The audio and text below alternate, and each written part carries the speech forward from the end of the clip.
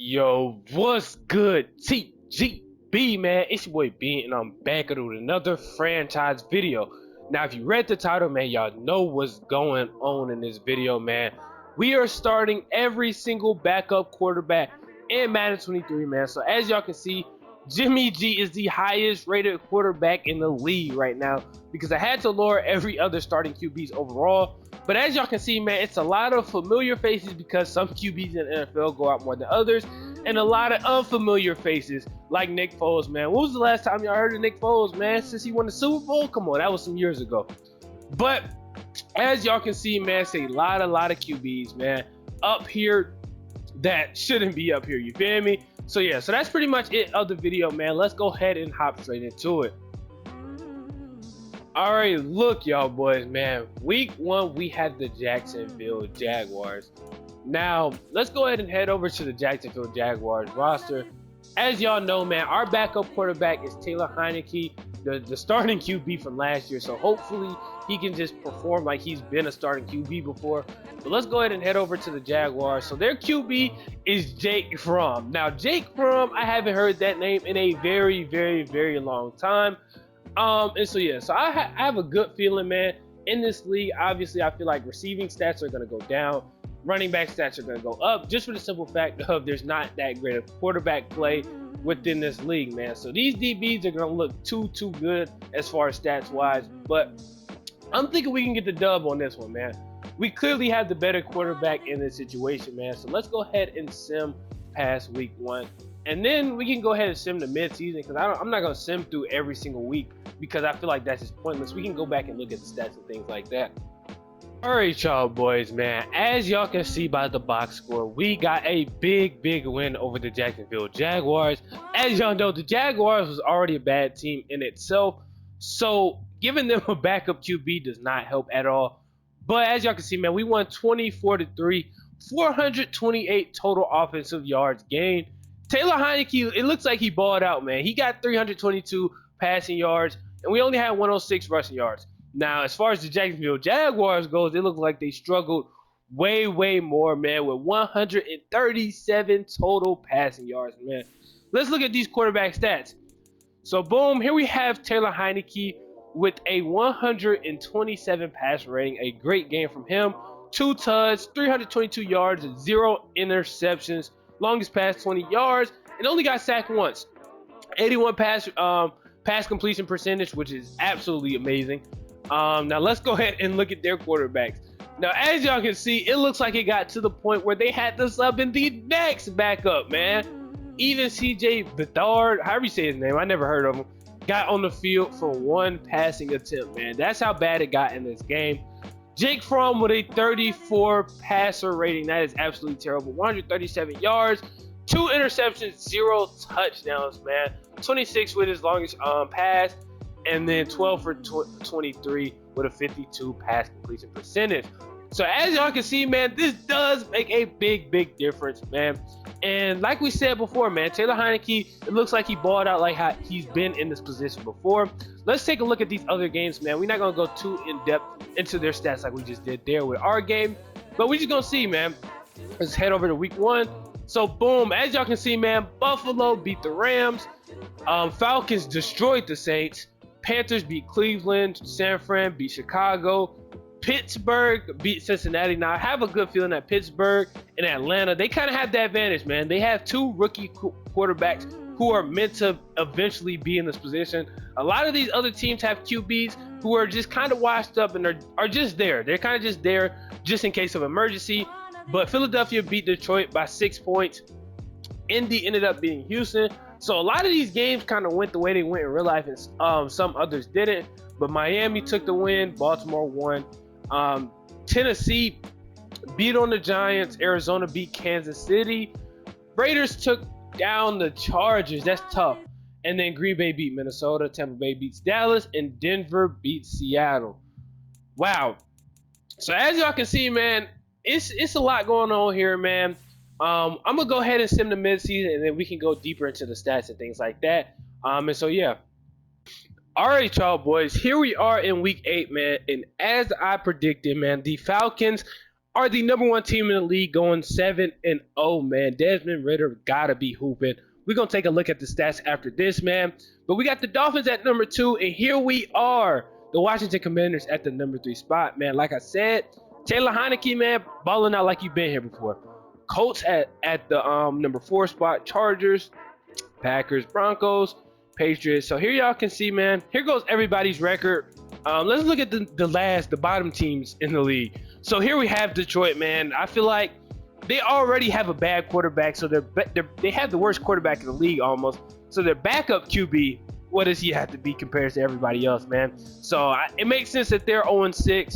The Vikings, I believe they have I think his name like Mon as their backup, or I might be tweaking, but he's also a year 2 player, so them being at 1-5 is a little shaky. And he also has a lot of receiving weapons, as y'all know, according to real life. We got the Texans, of course, as y'all know, another situation like the Lions. Their team is already bad, plus they already have a below average quarterback. So what makes the backup QB, man? But here we have the Buffalo Bills, by surprise, going 1-5, man. I felt like their supporting cast could kind of carry and get them a few more wins to just one, man. But as y'all can see, these are the bottom teams of the barrel. And so yeah, so that's pretty much it, man. Let's go ahead and head over to these stats. For the stats, man, y'all can clearly see it for yourselves, man. We got the #1 QB as far as passing yards in the league.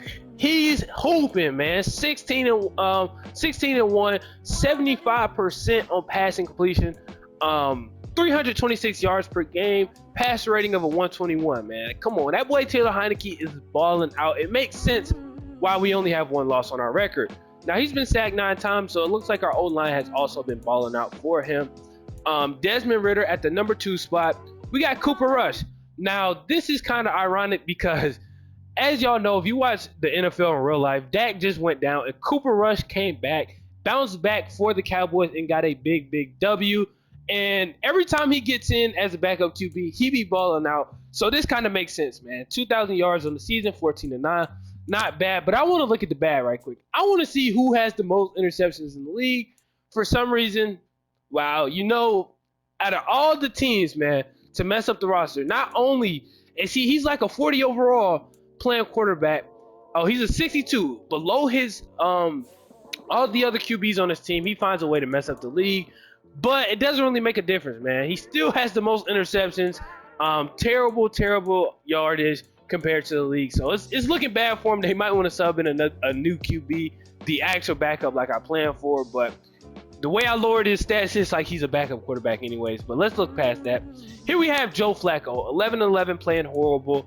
But coincidentally, in real life, he's actually been the starting quarterback for them for these past 2 weeks, and he hasn't been playing this bad. So it does kind of make sense, though. The Jets don't have the best of weapons. Currently, they have some developing people, but as of currently, they don't have the best of weapons on their team, man. But here we got Blake Bortles, and then Cooper Rush with 9, and Jake Fromm. So to me, it's looking like we got the best quarterback right now, followed behind Ridder. I feel like, oh, we're not leading. Oh, we're tied. That's why. Okay, I thought I was tweaking. So it looks like it depends on what you value in a quarterback, because we have the higher passing completion percentage. He just has more touchdowns, but we have the better touchdown to interception ratio. Now, one thing I want to take a look at is who has the best receiver, man, and it's Calvin Ridley. Once again, makes sense. He has the best quarterback in the league. We're the second best quarterback in the league, however you determine your best quarterback in the league. But followed by him, we got Keenan Allen, Cooper Kupp, man. Still Hooper's hooping out, you feel me? Baller's gonna ball, man. And then we got Scary Terry, man. As y'all know, Taylor Heineke has been producing very, very well. And then Amari Cooper, who is his quarterback? I want to know who Keenan Allen and Amari Cooper. I gotta go look at their stats right quick to see. So let's go ahead and head over to passing. Okay, so Jacoby Brissett makes sense. He's the actual starting QB for right now in real life. And then as far as the Chargers go, let me go ahead and find them. Oh, they got Easton Stick, 1,700 yards, 17 touchdowns, 4 interceptions. It's looking like he's having a pretty solid year himself, man. But that's it for the stats. So let's look at the rushing leader just for the one time. Jonathan Taylor, man, makes sense. And so yeah, so that's pretty much it for these stats, man. I'm gonna go ahead and sim to the playoffs. All right, y'all. Here we have the playoff bracket, man. As y'all can tell, we the number one seed, and the Chargers made the number one seed. And here goes all the playoff teams, man. The Falcons, the Cowboys, Packers versus Cards, Rams versus Eagles on the NFC side, and then here we got on AFC the Ravens versus the Raiders, Colts versus Miami, Bills versus Steelers. Man, now I ain't gonna lie, my predictions for this is obviously the Falcons versus Cowboys is a good matchup because it looks like Cooper Rush and Desmond Ridder been hooping, but I feel like Desmond Ridder can pull it out just by the way he was balling during midseason. We're gonna take a look at the stats in a little second, but Green Bay versus Cardinals, I don't know who. Oh, Green Bay's quarterback is Jordan Love. I have no idea who the Cardinals QB is. And then the Rams versus Eagles, I know Minshew. I have no clue who the Rams backup QB is. Now Ravens versus Raiders. Now Tyler Huntley's a baller, man. I feel like the Ravens gonna pull that one out over the Raiders, man. And then we got Colts versus the Dolphins. Have no clue who either their backup QBs are. And then Bills versus Steelers. Kenny Pickett, I feel like he can, you feel me, put in some work. But the Bills had a big bounce back since midseason, because when we checked during midseason, they were like 1-5 or something like that, 1-6. Now they're the number 4 seed, which means they won the division. So it looks like they had a huge bounce back over the second half of the season, man. Now let's go take a look at these stats from these backup quarterbacks. All right, y'all boys. Cooper Rush. I see how he coming, man. He doesn't have the best pass completion percentage, but 40 and 15, the passing yards leader, 5,221 yards on the season, 398 for 628. He hooped out this season, man. Longest pass, 95 yards. He got sacked 41 times, so it looks like the Dallas Cowboys O-line isn't holding up for him. But here we have our QB, man, Taylor Heinicke. He kept his foot on the gas, man. He kept applying that pressure this whole entire season. Ended up coming out the number 2 quarterback in passing yards, 5,194 yards on the season, man. Still has a beautiful touchdown to interception ratio, 36 touchdowns and 12 interceptions with 73 pass completion percentage, man. He went stupid this season, man. It looks like out of all these top QBs, he has the highest pass completion percentage, man. And I feel like that outweighs a lot of things sometimes, man. Not in all cases, but in a lot of them. Because if you're efficient at the quarterback position, man, that's all you can ask for in a quarterback, man. But once again, man, another familiar face from the midseason, man. Desmond Ridder, 5,032 yards on the season, 400 for 587, 46 touchdowns, 14 interceptions, 68 pass completion percentage, which is also very good. Feel like he can pull out the dub over Cooper Rush. That is going to be a great matchup. I'm very curious to see what happens there. And then here we have Teddy Bridgewater, 4,990 yards. Also good touchdown to interception ratio, man, 33-14, 66 pass completion percentage. And here we have all the rest of the other QBs, man. As y'all can see, I want to take a look. Let's see which QB played the worst, man. And here we have it. The Raiders quarterback, man. That's why I predict the Ravens are going to come out there and, you feel me, destroy them boys, man. Ravens got this game over the Raiders in the playoffs, but we're going to just exclude Mac Jones, man. 23 interceptions still, man. You're a starting quarterback, too, in real life. We got Chad Henne.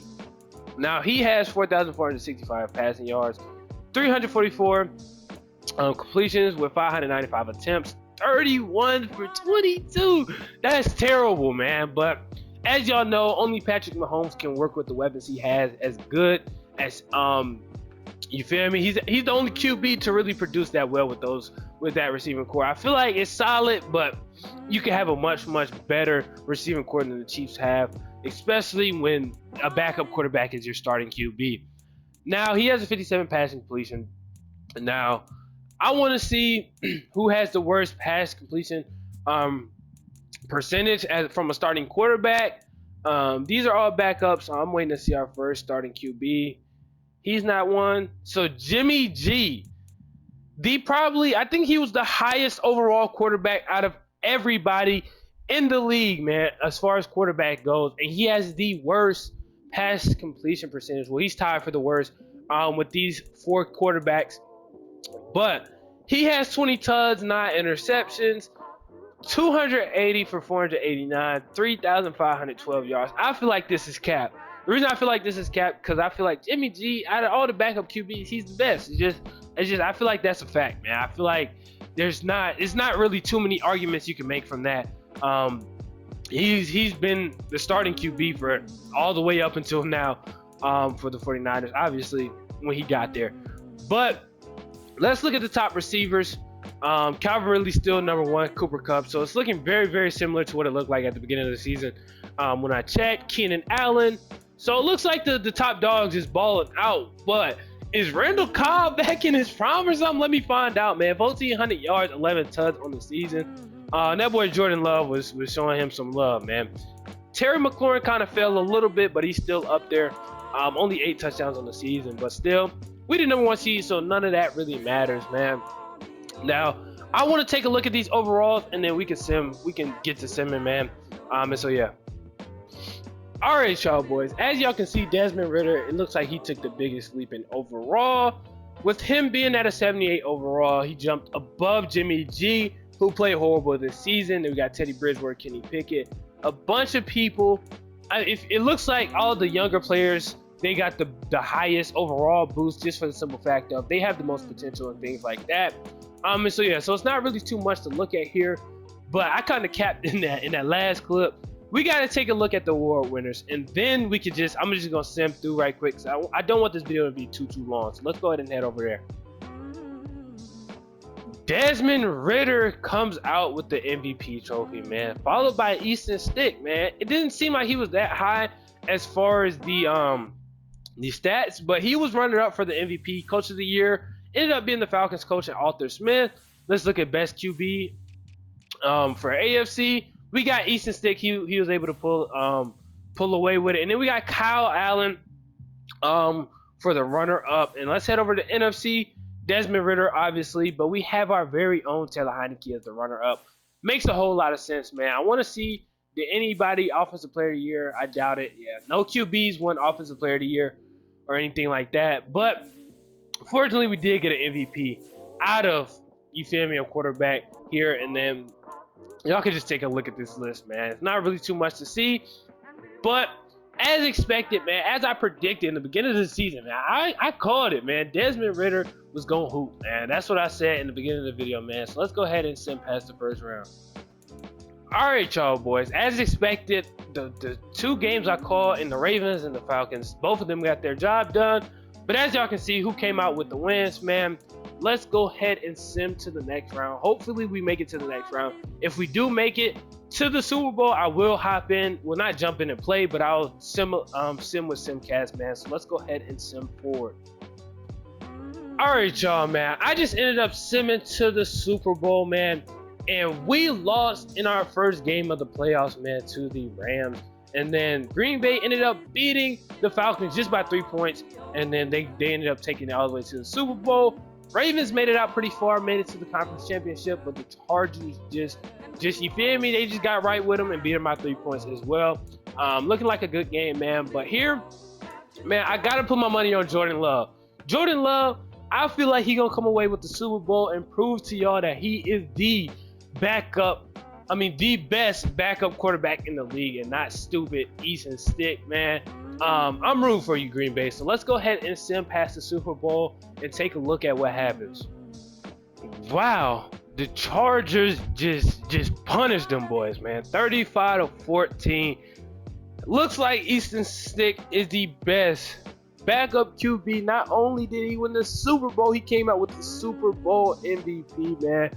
What a classic finish to a great season. I hope them backup QBs kind of enjoyed the opportunity to start, because that is probably a lot of their only chances to start for a whole season long. But if y'all enjoyed this video, man, please be sure to hit that like button. If y'all want to see more content from me like this, just go ahead and sub up. Turn that post notification bell so you get notified every single time I post. Comment down below what type of videos y'all like to see from me in the future. And it's your boy Bean, and I'm out.